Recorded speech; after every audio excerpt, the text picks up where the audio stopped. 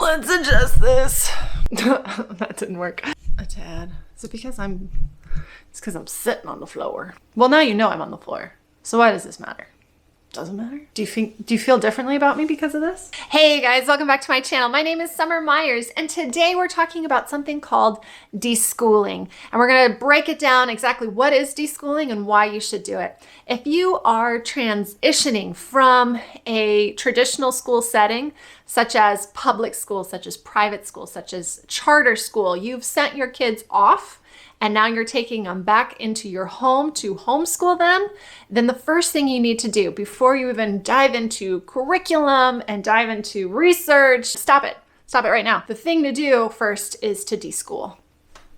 That's what we're going to talk about. Let's talk about what deschooling actually means. Deschooling is a decompression period.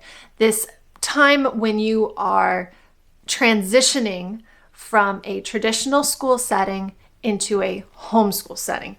It's that middle break period. You're setting aside any kind of idea of what formal schooling looks like so you can be open to new opportunities on how to teach your child so you don't bring in bad habits into your new homeschool. It's just a break. It's a decompression period for your children to reset, but you yourself also probably need to deschool. So when I say transitioning from your child from a traditional school setting into a homeschool setting, it's also a transition for you as well. Letting go this idea of how learning and teaching should be when you're sitting at a desk and with a bunch of other students and a teacher. Because you're not gonna be able to recreate that in your homeschool. I mean, unless you have like 20 kids, then I guess you could. But no, don't do that.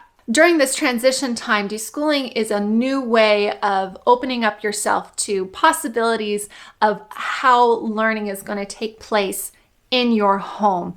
It's not implementing public school into your home. It is not implementing traditional school in your home with the desks and, the lecture or whatever. It's allowing yourself to set aside those notions and really address the things that your child needs and how they learn and focusing on them. Deschooling is a term that came from a book called Deschooling Society by Ivan Illich. And I don't know if I pronounced that right. And it was a book that was put out roughly about the same time as John Holt's unschooling book. And a lot of people confuse the two for that reason. So it's kind of this 1960s, 70s reform vibe. It is a little out there.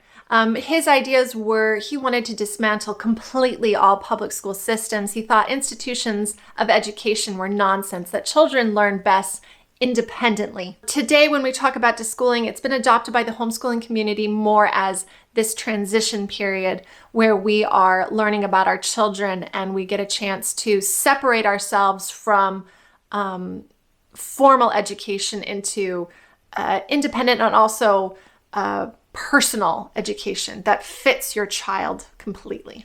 Does that make sense? So this idea that you only can get an education from school was something Ivan Illich completely rejected. It wasn't something that he believed in or thought made sense.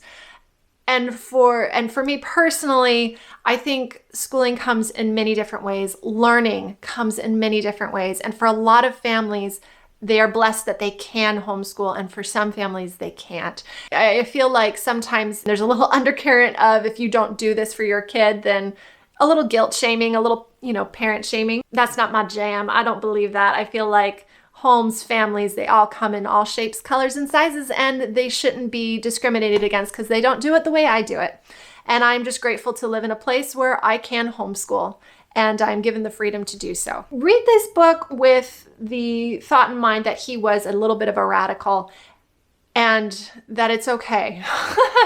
That his idea of deschooling is a sound one, and it shouldn't be discounted because he was a little out there for homeschoolers. All right, so the next question would be, why deschool? Why is this something that you should do? Why can't you just jump into homeschooling? For a lot of kids who are being pulled from school in the middle of the year, it almost is like, well, it makes sense to just, jump into it the following week, right? We should just go ahead and start schooling them. And I can understand that. And I can also understand that urgency and panic as a new homeschooler, that you want your kids to so-called stay caught up, catched up with their peers or whatever. The reason why you deschool your kids is a couple of reasons.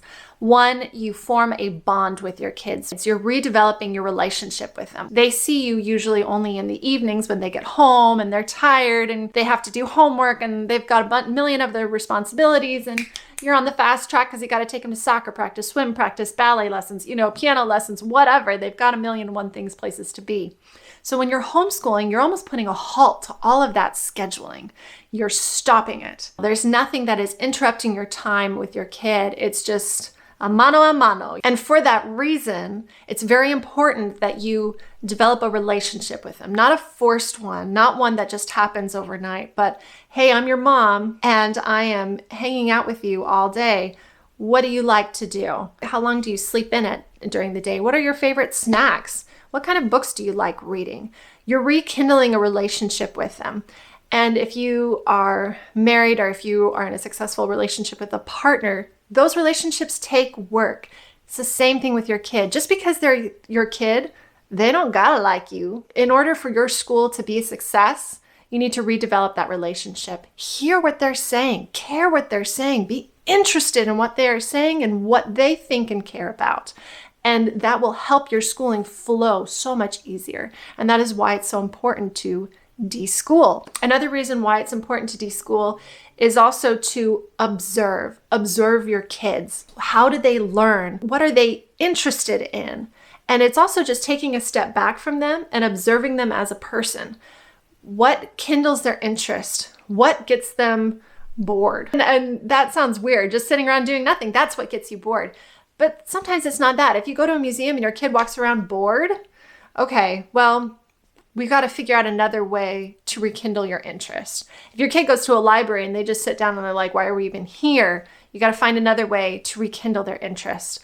If they can sit down at a TV and watch documentaries forever and forever and forever, hey, we can make connections this way. If your kid will just hole up in their hammock out back and just read a book all day, hey, that's something we can build on. So you're observing them and their day-to-day activities on what interests them. Is it Minecraft? Is it video games? That's not the end of the world. And there's definitely a ton of information and curriculums that you can play off of that and build off of. Not only are you observing how they learn, do they, if they're kinesthetic learners, audio learners, visual learners, it's also a good chance to observe their natural clock. We just assume that our kids are going to wake up at the crack of dawn and then stay up and party all night. And that's not the case. Do they wake up really early, ready to start, super excited, and then just feel run down by 7:30, 8 o'clock? Or are they sleeping in till 10:30, 11, and then staying up until 11, 12, 1 o'clock in the morning? And that's okay. Observe how their natural clock is working, and that way you can plan, when you're getting ready to plan for homeschool, you know how they like to be during their day. I typically wake up pretty early. Not really early, because I know some homeschool moms are on here like, I wake up at 5 and I get my workout. And I'm like, I sleep. I do all those things later when, later. I can't wake up that early. I can't wake up before my kids are awake. And that's not to shame you if you do. That's not my natural clock. Another reason to consider when you're thinking about why it's important to deschool, we have these notions of what school looks like. I know when I think of school, I think of a bunch of lined desks and a teacher in front. We say the Pledge of Allegiance, and then we go through a lesson via chalkboard, whiteboard, smartboard, whatever it is. And then we do some worksheets or group work or, that's that traditional school setting. That's what I think of. When you are trying to bring those ideas and pull those ideas into the home, that's why teachers go to school. It's not to learn, what a vowel is. It's to learn how to teach in a school-like setting. That's what they're learning.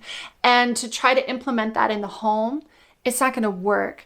And the reason why you deschool is to prevent yourself from, planning out a huge long schedule and investing all this money in curriculum and all this time into research and coming in fresh in, and then your kids are like whiny and complaining and they don't get it and they don't want to do it. And why are we doing this again? And I miss my friends. I miss my teacher. I miss recess, cafeteria. And then you end up crying in the pantry because your beautiful day that you had planned and worked so hard and you were doing this for your kids and it just fell into shambles. I don't know. Maybe something like that happened to me. You put in all this time and effort into it. And if you don't give yourself space to relearn and open up to a new way of teaching, then there's a very good chance that you're just going to feel so defeated by the end of that first day. So that's another really good reason why you should deschool and give your chance an opportunity to really figure out how you want your kids to learn, how they learn best, because you don't necessarily have all the answers. So developing that bond and relationship with them and observing how they learn and what they want to learn will give you so much extra confidence and boost when you do embark on that first day. So we've talked about what deschooling is, and we've talked about the why of deschooling, why you are taking this time to transition. Now let's talk about how to deschool. Deschooling can be one of those things that a lot of parents struggle with because they like the routine, they like the schedule. I am one of those people that likes to have a plan, that likes to have a general idea of where my week is going. Deschooling does not mean you do not have any type of a schedule. If you feel like there needs to be a little bit of structure, go for it, man. Go ahead and do it. We are going to make our beds. We are going to have a regular bedtime routine, which means we're going to be in bed sleeping by this time. We are going to have a couple of chores that need to be completed. The other thing that I would suggest also while you're deschooling is give them a specific hour number of how long they should be outside. If you've got a big backyard, send them out there for a couple of hours. Just say, you guys are banished from the house for an hour. You can come in for water, you can come in for the bathroom, and that is it. Send them out with books, send them out with toys. No things are going to get trashed. Give them sticks, give them plywood, give them hammers, give them stuff to do, but don't tell them what to do with it. And just leave it and let their imagination work towards it. And that'll help with their independent growth and learning as well. So while you're deschooling, get comfortable with just free play, with just open play where they are upstairs in their rooms, playing with their Barbies, playing with their Legos, doing blocks, doing whatever. And they're just doing that all day. Just let them play with all that stuff you got them for Christmas. Or if you are a minimalist and you don't have any of those toys, go let them have at it at the kitchen and just fool around with creating new recipes or whatever. Take them out in nature, go for hiking, go for camping, go do something out of your comfort zone, go to the beach, go to the mountains, walk around your neighborhood and find new places. This is the time, man. This is the time. Go be a tourist. Go enjoy it. Go take your time out with your kids and just be like, we don't have anything. We're not doing anything. This is what we're doing now. Visit the library often. Visit the library, visit the library, visit the library. Get so familiar you know all of the librarians' names. Let them borrow as many books as the library will allow you to take. Exceed the limit. I have 3 library cards. That's 4. 3 library cards. And we literally will take out all of the books. And I'm always shuffling, trying to, we can't borrow all of the books, guys. We got to shuffle some of these out. And I'm like, we just returned 100 books. That's 100 more books. Okay, everybody hop in the car. I am not a craft person. I mean, I am. I love crafting, but it's a struggle for me to just let my kids go to town with arts and crafts because of mess, guys. Mess. But let them get artsy. Let them go buy a bunch of dollar store supplies and glue and just set it out on a table and then leave. Just leave. Don't even give them any kind of directions or whatever. Just say, create whatever you want. Okay, you've convinced me. How long do I need to do this deschooling thing?